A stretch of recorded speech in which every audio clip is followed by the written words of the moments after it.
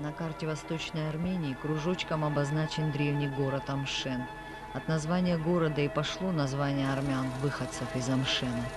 Веками армяне Амшены боролись против внешнего врага византийцев, османских турков, полчищ Чингисхана. На родной земле повсюду их преследовало насилие и уничтожение. Многим пришлось покинуть родину. Основная часть амшенов обосновалась на Черноморском побережье Кавказа, от Синопа до Батуми. Здесь, на благословенной земле Абхазии, нашли свою вторую родину – армяне-амшены. Они сохранили свой язык, культуру и древние традиции, не потеряли связи со своей исторической родиной. Первое армянское село в Абхазии носит название Мцара, что в переводе означает «большое пространство». Амшинский армянин посадил дерево, построил, вырастил детей. Местные жители помогли кто чем мог. Спокойно и размеренно потекла мирная жизнь. Особым трудолюбием армяне вносили свой вклад в жизнь республики. Обосновавшись на этой земле, они полюбили ее. Запомнилось выражение одного старого армянина: «Если весь мир – золотая скрипка, то одна ее струна, без сомнения, это Абхазия». Но вот настал час, когда нужно было доказать свою любовь к этой земле, защищая ее. Враг, пришедший сюда с огнем и мечом, красноречиво демонстрировал свое намерение освободить эту землю для себя. Когда враг вступил на землю Абхазии и возникла непосредственная угроза не только нашей государственности, но и самому существованию многонационального народа Абхазии, многие армяне, наши земляки, взяли в руки оружие и встали на защиту Родины. После освобождения города Гагра, когда началось формирование первой бригады, среди бойцов армян и среди тех армян, которые готовы были взять оружие, возникла идея создания отдельного армянского батальона, который бы носил имя выдающегося полководца времен Отечественной войны маршала Баграмяна. В формировании этого батальона своими обращениями, своими выступлениями, своим личным примером, личным участием важную роль сыграл тогда и Альберт Гаспарович Тополян. Я хорошо помню самое начало формирования этого батальона, когда батальон еще состоял только из одного взвода. Помню, как он был сформирован, как был направлен на защиту на Гумистинский фронт. Сергей Миронович, на какой основе возник армянский батальон? Какова его предыстория, и политическая, идеологическая, и с учетом довоенной ситуации? Ну, знаете, в той колонии, в которой мы жили до войны, проводилась обычная для колонии политика «разделяй и властвуй», для империи политика.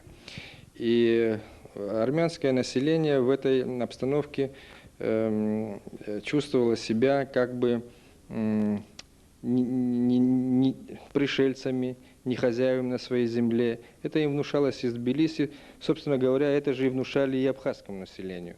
Единственными хозяевами здесь, чья это была прародина, это было грузинское население. И вот в соответствии с этим, значит, и настраивали армянское население на, по крайней мере, на нейтралитет. И вот в этой обстановке появилась организация общественно-культурно-благотворительное общество «Крунг», который создал и возглавил Альберт Гаспарович Тополян. Это целиком его заслуга, наверное, его именно такой честности, в которую люди поверили, порядочности.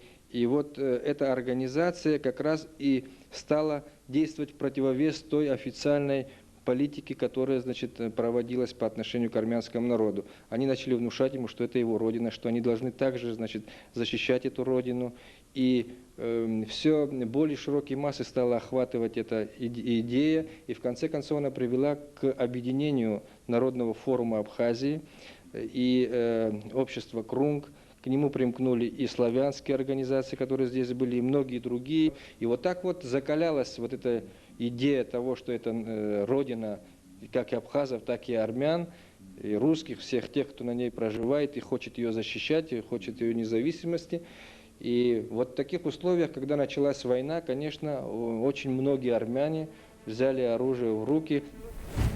Первые армянские бойцы уже в ноябре 92-го принимали присягу на верность родине в команде Виталия Смыр в селе Шицквара.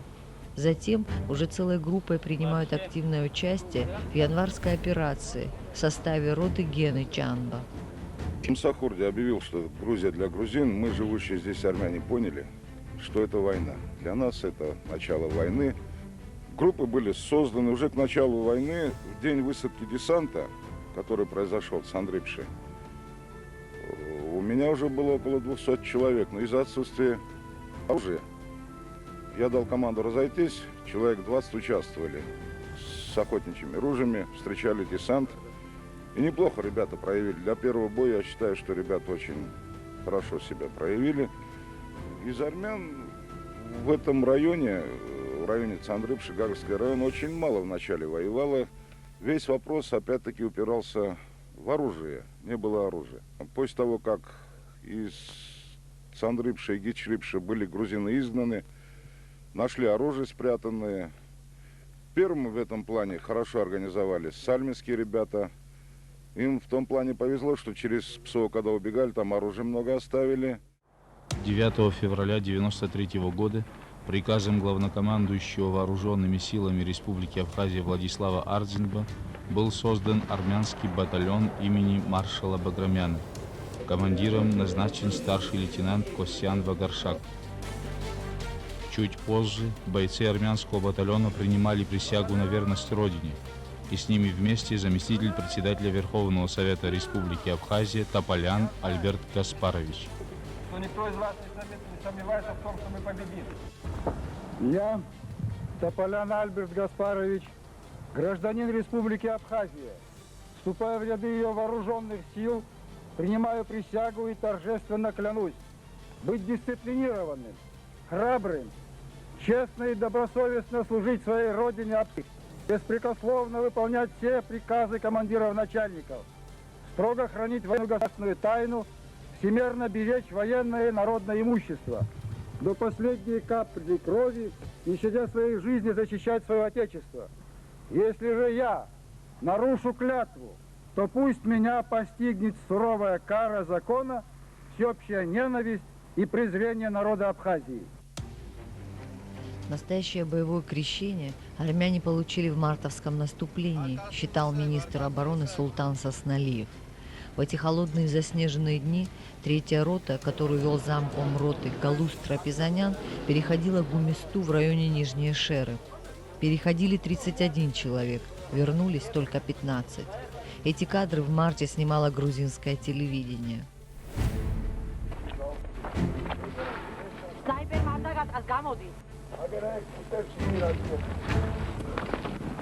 ესენი დარჩათ?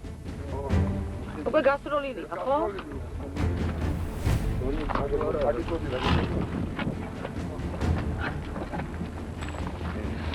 Savcıya koysa savcıya yanıyor, kulaklara koysadılar. Bugünküler abi silahlar değil galiba. Şaykaba.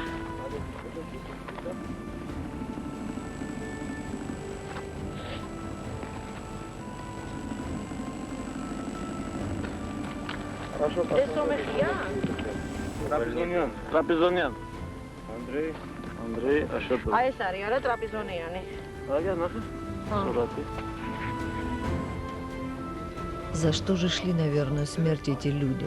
Что может двигать человеком, когда идешь, превозмогая страх и слабость? Тот человек, тот народ, который не может защитить свою землю, не может он его отстоять в бою или в кулачном бою, не имеет значения. Этот народ не имеет права вообще существовать. О жизни я уже говорить не могу. Я родился в Абхазии, вырос и здесь умрем. Потому что, как это можно уйти в сторону, если мы родились здесь? Потому что мы с первых дней находимся в ряду в Абхазской гвардии.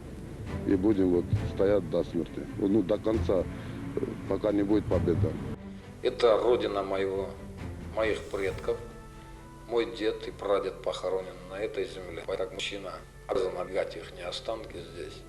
Я учился в абхазской школе, оканчивал абхазскую школу, поэтому абхазец, который сидел со мной за одной партой и погиб при взятии Гагры, такой же родной для меня, как и тот армянин, над которым поиздевались в Лаврах. Мы здесь живем, родились на этой земле. Дед мой здесь, в Абхазии, похоронен еще в 18 году. Ну, естественно, мы должны защищать эту землю. И впредь готовы. Я житель села Барановка Гагарского района. Ну, с начала дня. Меня зовут Леонид. С начала войны я с нашей группой. Вот командир наш Сергей. И вот по сей день здесь. Ты вообще-то имел бы, наверное, возможность скрыться от этой войны. Почему ты это не сделал? Я нахожусь на своей родине, я никуда не ушел. Я так считаю.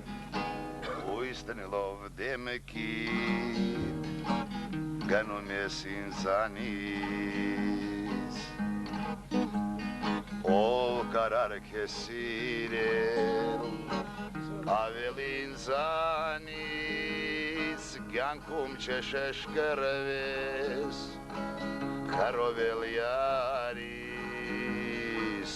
megevachteus gertas ashkaris. Очень скоро армянскому батальону предстоит брать самую трудную высоту – Цугуровку. Это будет в июле, а сейчас временное затишье. Однако тишина эта обманчива.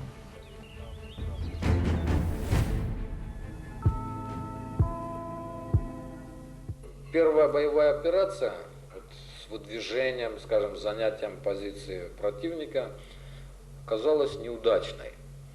Но я должен сказать, что определенная вина за несостоявшееся, скажем, наступление мое, безусловно, это, скажем, моя. Но тут большая недоработка, скажем, была и армейских служб. Но сейчас уже после драки, в общем, кулаками не машут, но я свои пробелы своих этих самых учел уже во время Сухумской операции. Но и тем не менее, потери были невосполнимые во время Цугуровки. Обстрел большой попали, и обстрел был, и минные вот эти поля. Вот минные поля, да, то, что нельзя было ни вперед идти, ни отступать. Армянский батальон дислоцировался напротив Цугуровки. По генеральному плану освобождения нашей столицы должны были бы взять все высоты, окружающие город Сухум. А все эти высоты, они были заминированы. Так что на мины шли как и армянский батальон, который брал Цугуровку, так и другие, которые другие высоты. И люди действительно шли на мины, подрывались. И в армянском батальоне многие подорвались и без ног остались. Но тем не менее задачу они успешно выполнили. А Цугуровка имела особое стратегическое значение, потому что она возвышается над всем правым флангом фронта, Гумистинского фронта фактически. А это наиболее укрепленная часть фронта была, где основные силы располагались противника, потому что прорыв ожидался именно здесь. И наступление, значит, шло именно в этой части, потому что здесь коммуникации, здесь 3 моста. И эта высота господствовала над 3 мостами. Взяв эту высоту, мы, значит, не давали возможность противнику уже защищать мосты и защищать основную линию обороны. При взятии Цугуровки командир роты Галус Трапезанян подорвется на мине и потеряет ногу. Но до самого конца будет отдавать приказы бойцам.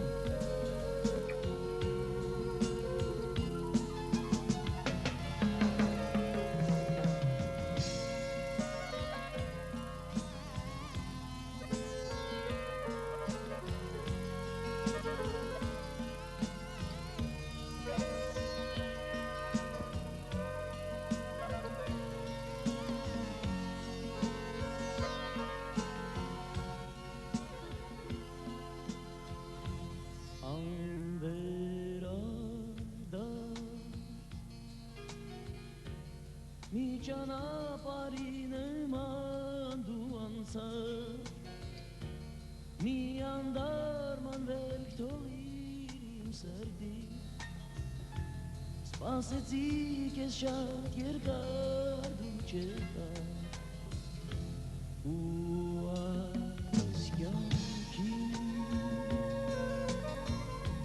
Uginerum dışvaravo Unsaci darciam di peluches Pai savar menacies menavo Darine anza Mersernu arzunk nere hujdarsa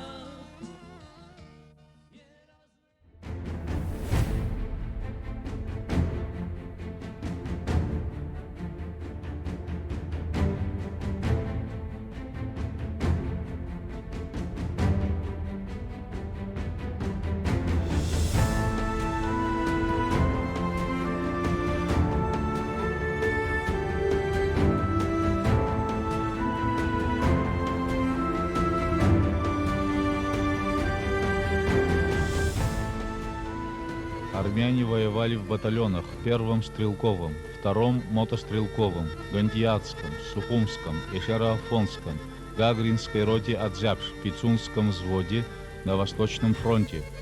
Батальон никогда не был полностью армянским, были представители, много было представителей абхазов, достойных представителей, я буду говорить. Абхазов, немцы были, азербайджанцы, чуваши.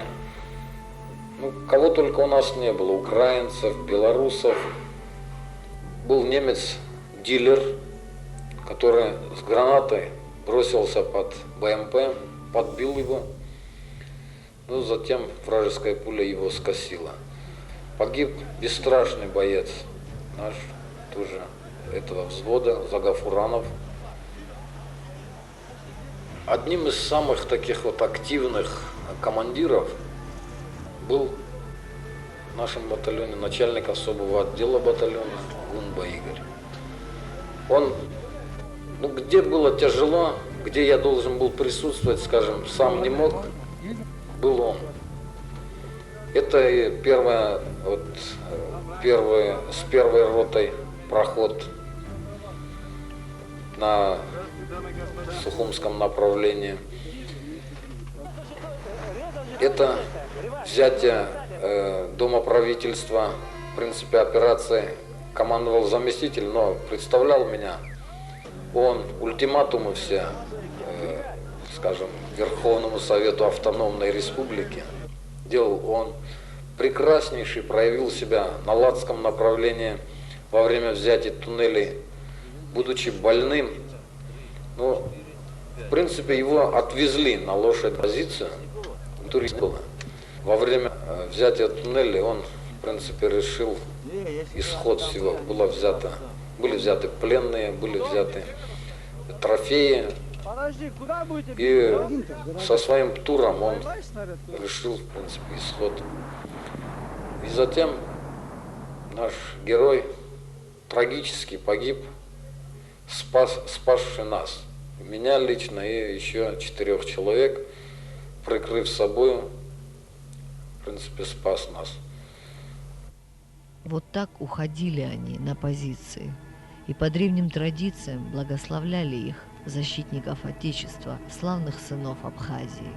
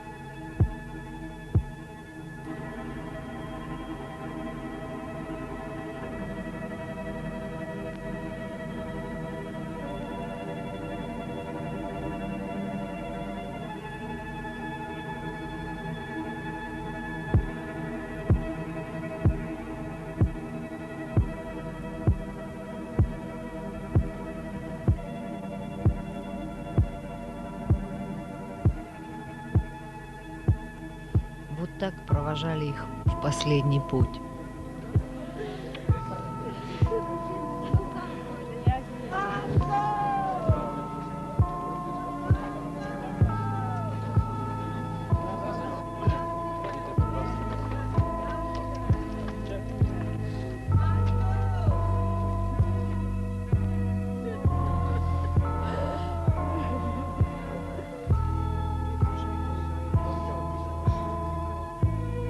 Семья Асатурян в бой за Цугуровку пошлет 2 сыновей. Артур погибнет, Овик потеряет ногу.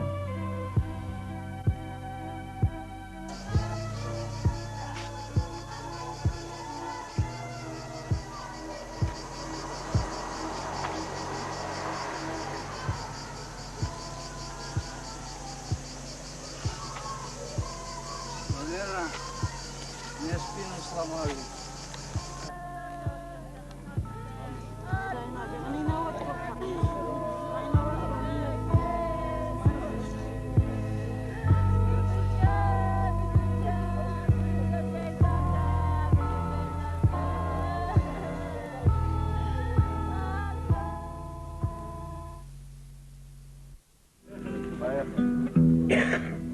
Далеко-далеко журавли улетели, опустели поля, где бушуют метели. Но лететь журавлям нет уж мочи, и спустились они на поляну в лесу среди ночи. А на утро взвелась высоко быстрокрылая стая.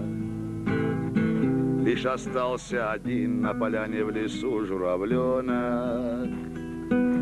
Он кричал им вслед: помогите, пожалуйста, братцы. Нет уж сил у меня с вами в воздух подняться. Батальон отличался отличной боевой подготовкой, высокой дисциплиной и мужеством. Это мужество он продемонстрировал и в боях на Гумистинском фронте, и при взятии нашей столицы, города Сухум, и при освобождении всей нашей Абхазии. Весь путь, конечно, который прошел армянский батальон в этой войне, он усеян подвигами. Я вообще с самого начала участия этого батальона в боях слышал от других командиров и бойцов, что он отличается именно дисциплинированностью, а это залог уже боеспособности хорошей подразделения. Обычно я не люблю перехваливать. Почему? Потому что одно я могу сказать, именно для этого батальона на наших совещаниях этот вопрос я поднимал. Не то, что это получится, что я повторяюсь. Я скажу, что по своей дисциплине, по боевому духу, один из лучших батальонов. Я доволен этим батальоном, очень. Мы, в принципе, как одна семья находимся. Все делаем одно общее дело. Как и для них, так и для нас Абхазия – это наша родина. Я думаю, они не приезжие, и для них даже будет зазорно что-то говорить о том, что вот они как будто откуда-то приехали защищать просто Абхазию. Они защищают родину, так же, как и мы защищаем ее от тех людей, которые пришли и не дают нам жить на своей родной земле. Организованные ребята, очень ответственные. Батальон дисциплинирован. Сколько мы вместе находимся, они показали себя, что это надежные ребята. Они должны выполнять.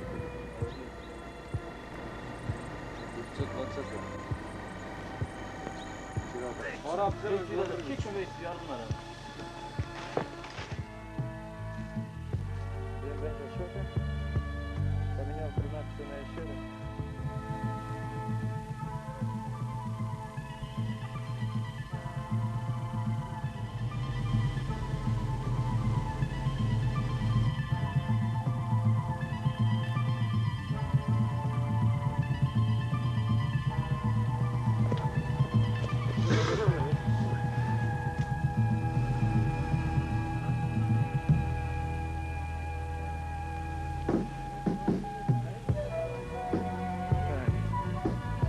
Наблюдательный пункт. Может, ты нас Надпись откуда написана? Это моя.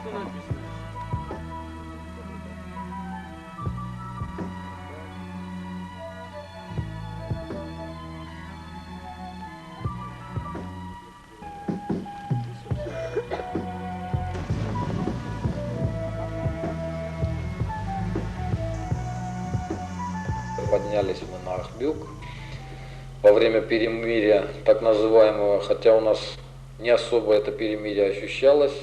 На Ахбюке у нас были потери.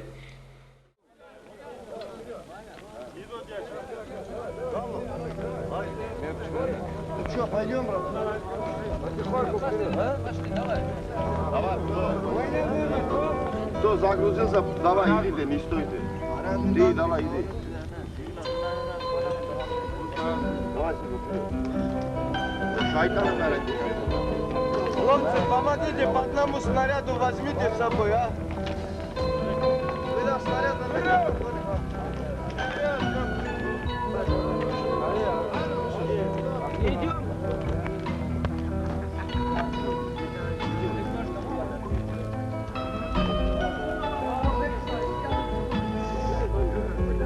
О!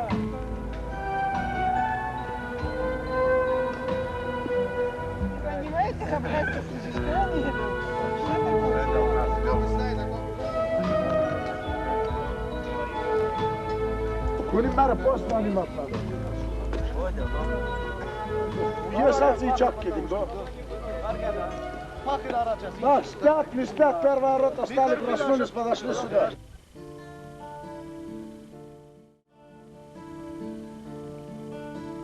Посидела поле,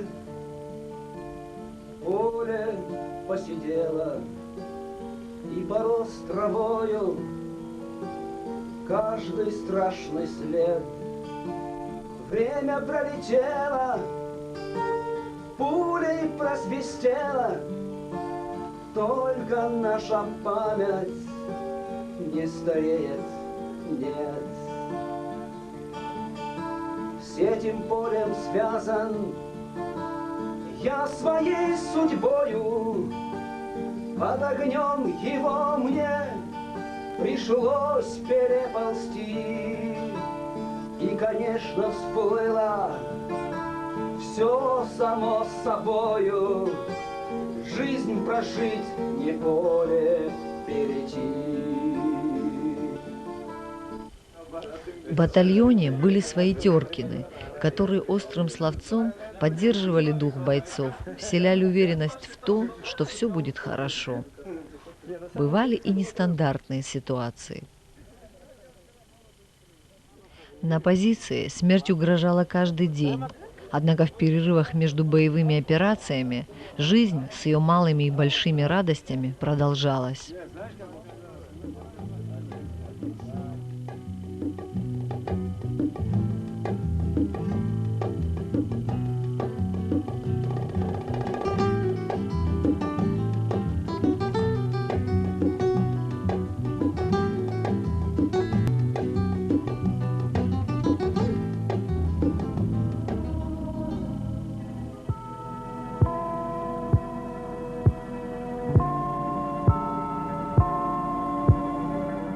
Считаю, что мы, так и отмечал главнокомандующий, мы провели эту операцию блестяще. Чувствовалось, что блестяще у нас идет по настроению ребят. Это чего только не стоило, то, что раненые бойцы, которые могли ходить, не покидали позиции, а вот постоянно, в принципе, мы наступали. Они... Кто мог шевелиться и где-то там, скажем, идти, они шли вперед. Первый час атаки мы потеряли 16 человек, прямо возле так называемого Тундом, там зеркало наше.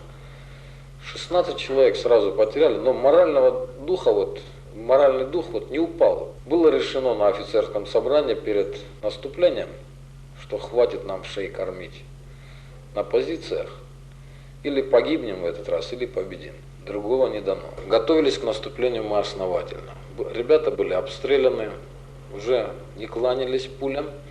Офицерский состав морально был готов к этой победе.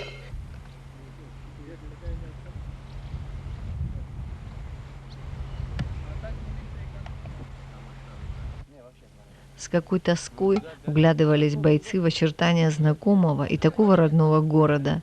Среди них был и 23-летний Роберт Асатурян. Он родился и вырос в Сухуме. В его паспорте после смерти нашли фотографию любимой девушки и открытку с пейзажем родного города.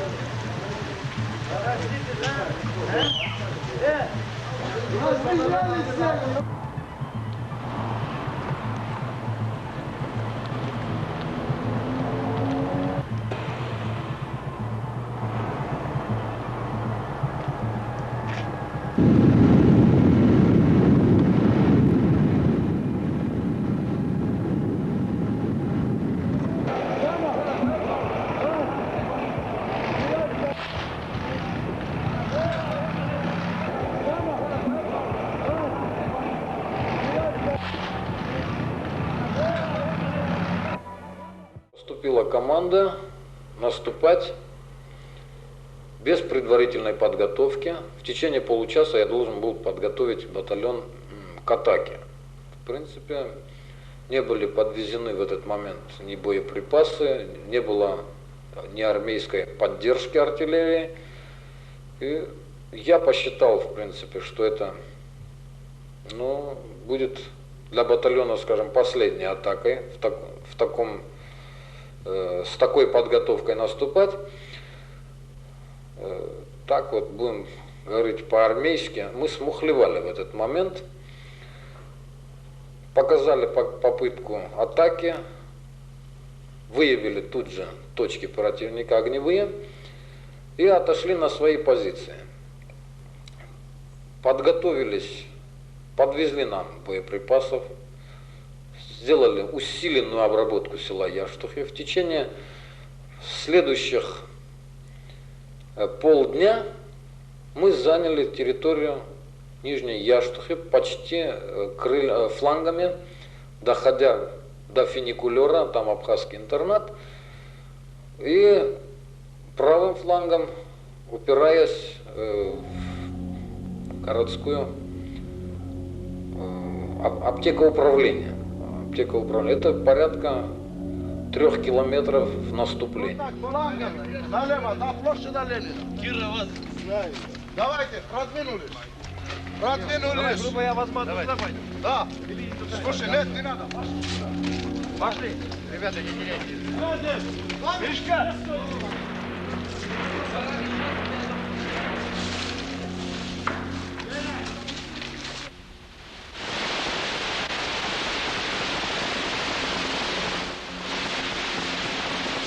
Вот сейчас должны продвигаться. Нишан где?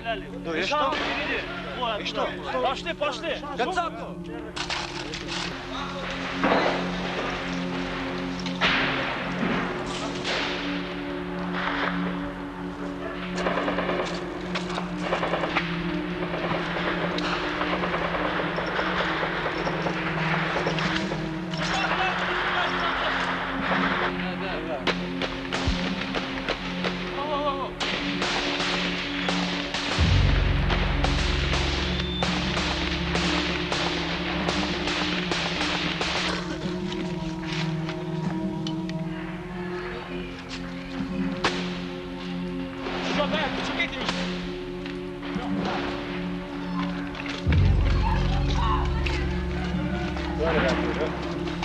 Гарик, здорово. Растягивайтесь, ребята, растягивайтесь. выстрелялся. Слушай, тихо, да? 140-й, слушай, 41-го. За Родину, за победу.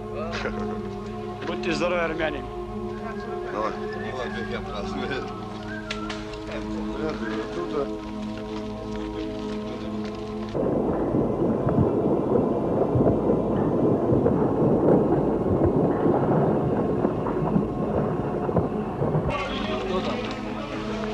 Внутри есть. Burası baba. Yemeğinçeni karnıktaydı Irka, Шенка. На подступах к этому к Белому дому, да?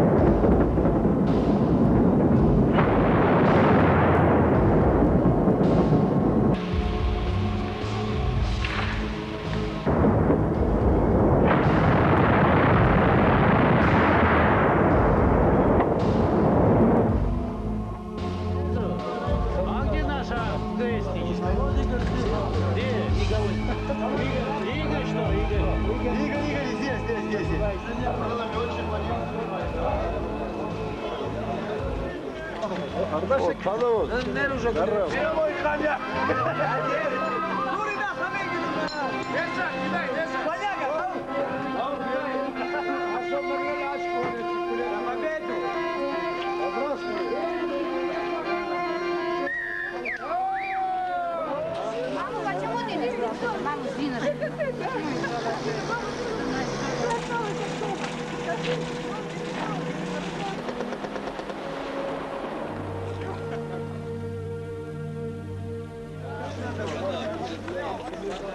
Вот этот снимок отличный будет. Идем.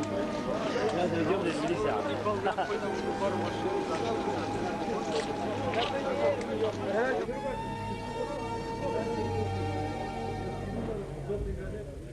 Этот батальон является примером, достойным для подражания для каждого гражданина Абхазии и, в частности, для тех молодых ребят, армян, которые сегодня служат в абхазской армии и которые только сейчас призываются в вооруженные силы Абхазии. Я считаю, что этот батальон, во главе которого стоял любимый всеми нами Касьян Вагаршак, я хорошо знаю Трапезаняна Галуста, героя Абхазии, Аванеса Асатуряна, героя Абхазии, Сергея Зебеляна и многих других. Бойцы этого батальона, все армяне, которые сражались вместе с нами плечом к плечу, защищая Абхазию, не только подтвердили, что они достойные граждане Абхазии, но они стали за это время нашими единокровными братьями. К несчастью, многие из этих ребят не дожили до наших дней. Вечная память героям, мир их праху. А тем ребятам, тем бойцам, которые дошили до счастливого Дня Победы, я желаю долгих лет жизни, желаю здоровья и благополучия их семьям. Я желаю им, чтобы они и их дети жили в свободной, счастливой Абхазии. Сейчас уже после этой войны действительно армянское население в Абхазии, оно подтвердило свое право кровью, подтвердило свое право называть Абхазию своей родиной, потому что все равно родину нужно защищать с оружием в руках, нужно, наверное, пролить кровь, чтобы это было в генах. С этой войны армяне тоже, значит, стали в ряд вот таких вот граждан Абхазии. Защищать Абхазию приехали армяне из Москвы, Карабаха, Армении, Краснодара, из Сочи и Адлера. Из-за кордона шла сильная материальная поддержка единокровным братьям.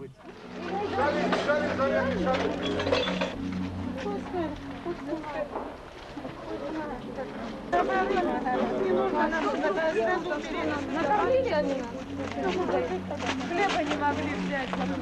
У меня сахар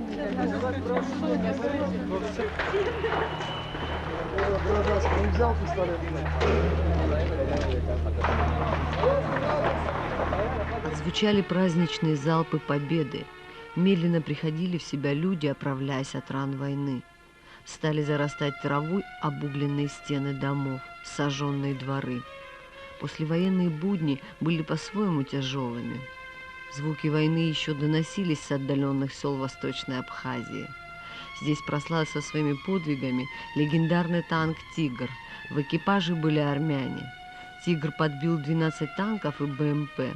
Враг еще очень долго не желал осознать свое поражение. Впереди у армянского батальона были латы.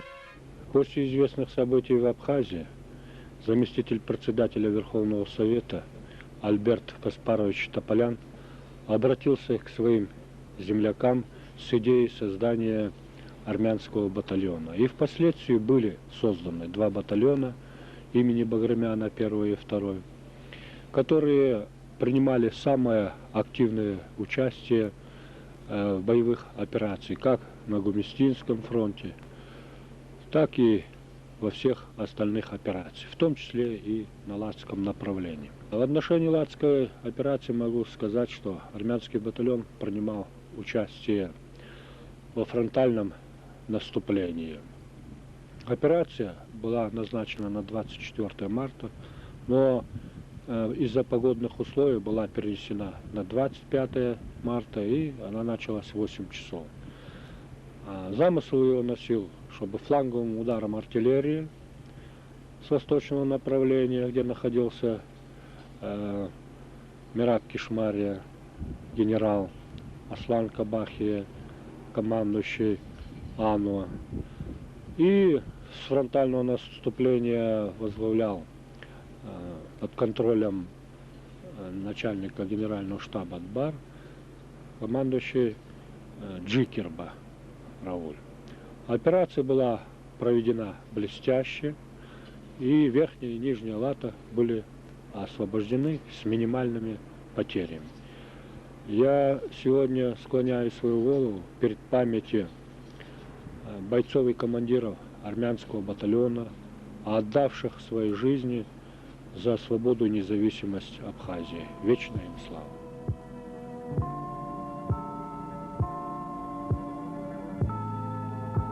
В октябре уже главнокомандующий отдал мне приказ идти на Лату, на Цибильду, в Кадорское ущелье. Получилось очень удачно. Мы добавок ко всему в строй поставили порядка 200 человек. Это жителей Шаумяна, лабренцы очень хорошо там участвовали, Ганахлеба. В принципе, весь Засухумский район, Гулерипский, Ачимчирский район, армяне приходили, ребята. И, в принципе, подразделение выполнило и там свою задачу, уже совместно с восточниками нашими, которые, кстати, очень красиво взяли Лату. В принципе, мы только...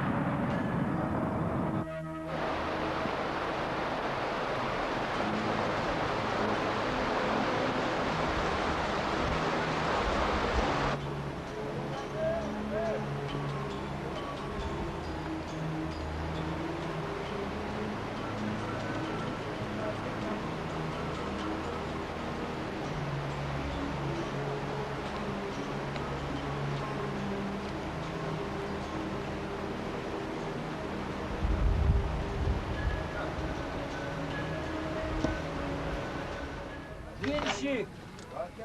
Как вы здесь? Не обстреливают вас сверху? Обстреливают еще как, поэтому зарываемся. Да, я смотрю, здесь у вас бункер неплохой. Шанские снаряды его точно не возьмут. Вчера они потревожили нас, бросили нас Доброе утро, добрый вечер, говорили. До 60 снарядов. До 60 снарядов на вас скинули? Да, ребята посчитали.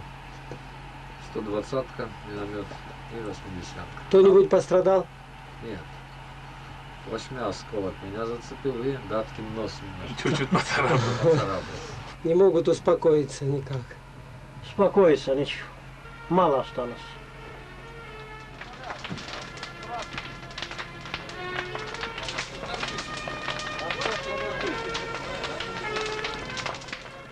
Наш танк с той стороны попал, да? Медленно вращается колесо истории, принося людям печаль, но и радость, горе, но и счастье, войну, но вслед за ней и мир. Мир, который надо строить своим трудом, прожитой мудростью и всей своей жизнью. Смотреть в будущее, не повторяя ошибок прошлого. Жить дружно всем вместе, всем народам, проживающим на благословенной земле Абхазии.